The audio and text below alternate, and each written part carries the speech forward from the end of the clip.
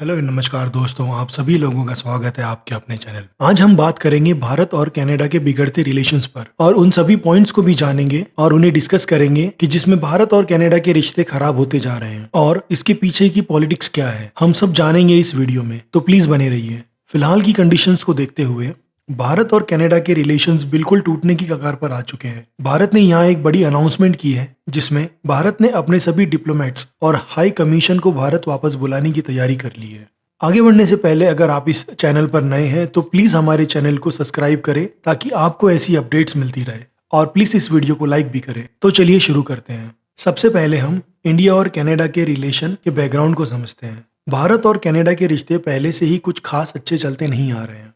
इन सब की वजह पास्ट में हुई वो बहुत सारी घटनाएं हैं जिसमें कनाडा को खालिस्तानी सपोर्टर्स का हब माना जाता है, जिस वजह से भारत सरकार में कई बार कनाडा को खालिस्तानी सपोर्टर्स को शरण देने और उनको समर्थन करने का आरोप लगाया गया है। इसी विवाद के चलते भारत और कनाडा के संबंधों में कई बार इश्यूज आ चुके हैं। इसके अलावा 1985 में एयर इंडिया की एक फ्लाइट 182 पर हुए बम ब्लास्ट में 329 लोग मारे गए थे और इस फ्लाइट में मैक्सिमम लोग इंडियंस थे और इस मामले में सिख आतंकियों का हाथ होने के बाद भी कनाडा गवर्नमेंट ने इस घटना की जांच में काफी देर लगा दी, जिसकी वजह से भारत में कई दिनों तक इस इशू को लेकर गुस्सा था। और उसके बाद 2023 में हरदीप सिंह निज्जर की हत्या के बाद हालात और भी खराब हो गए। निज्जर एक खालिस्तानी समर्थक नेता था जिसने कई बार खुले तौर पर खालिस्तान का समर्थन किया था। हरदीप सिंह निज्जर को भारत सरकार ने आतंकवादी घोषित कर रखा था। उसकी हत्या कनाडा में हुई और इससे दोनों देशों के बीच फिर से सीरियस डिप्लोमेटिक क्राइसिस पैदा हो गए। कई ग्लोबल फोरम पर भी दोनों देशों के बीच असहमति और मतभेद देखे जा सकते थे।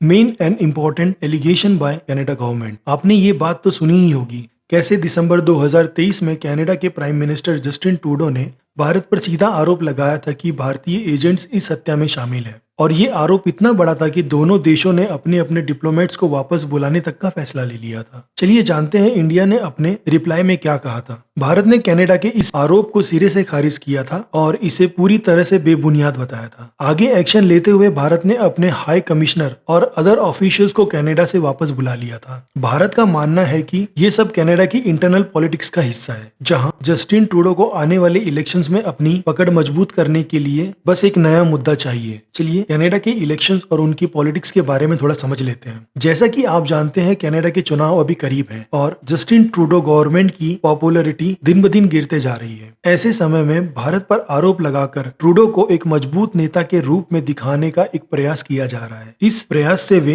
कनाडा के इंटरनल इश्यूज से ध्यान हटाकर इंटरनेशनल स्तर पर खुद को एक सख्त नेता के रूप में पेश करने की कोशिश कर रहे हैं। कनाडा में दो मेन पॉलिटिकल पार्टी है, जिसमें एक लिबरल पार्टी है और एक कंजर्वेटिव पार्टी है। जस्टिन ट्रूडो लिबरल पार्टी से आते हैं और इनकी गवर्नमेंट को न्यू डेमोक्रेटिक पार्टी का सपोर्ट है, जिसके मेन लीडर है Jasmeet Singh. New democratic party के कुछ लीडर्स बार बार खालिस्तान का सपोर्ट करते नजर आते हैं। हालांकि जगमीत सिंह का ऐसा कोई बयान नहीं है और ना तो उनकी पार्टी का ऐसा कोई बयान है। ऐसा माना जा रहा है कि कंजर्वेटिव पार्टी इस टाइम कनाडा में बहुत पॉपुलर है और इनकी पॉपुलैरिटी बढ़ते जा रही है और इसी वजह से मे बी ये सब भारत और कनाडा के रिलेशंस का इशू सामने आ रहा है। आने वाले समय में हमें पता चल ही जाएगा कि कनाडा में किसकी गवर्नमेंट बनती है। चलिए आगे बढ़ते हैं और जानते हैं इस इशू का इम्पैक्ट क्या होगा इंडिया और कनाडा के रिलेशंस पर। जैसा कि आपने जाना, इन आरोपों के बाद भारत और कनाडा के बीच रिश्ते बिल्कुल टूटने की कगार पर आ गए हैं। भारत के खिलाफ कनाडा में सिख एक्सट्रीमिज्म और खालिस्तान समर्थकों के बढ़ते प्रभाव को लेकर भारत ने पहले कई बार चिंता जताई थी। अब हालात इतने बिगड़ चुके हैं कि दोनों देशों के बीच व्यापार, शिक्षा और अदर एरियाज में भी रिलेशंस प्रभावित हो सकते हैं। इस इशू का असर सिर्फ भारत और कनाडा तक ही सीमित नहीं है,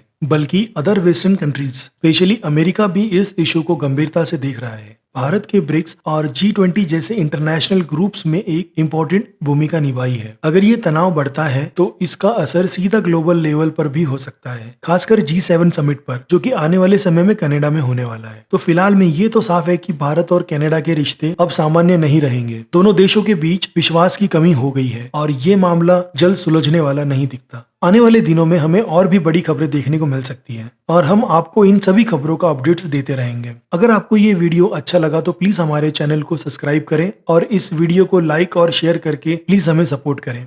धन्यवाद।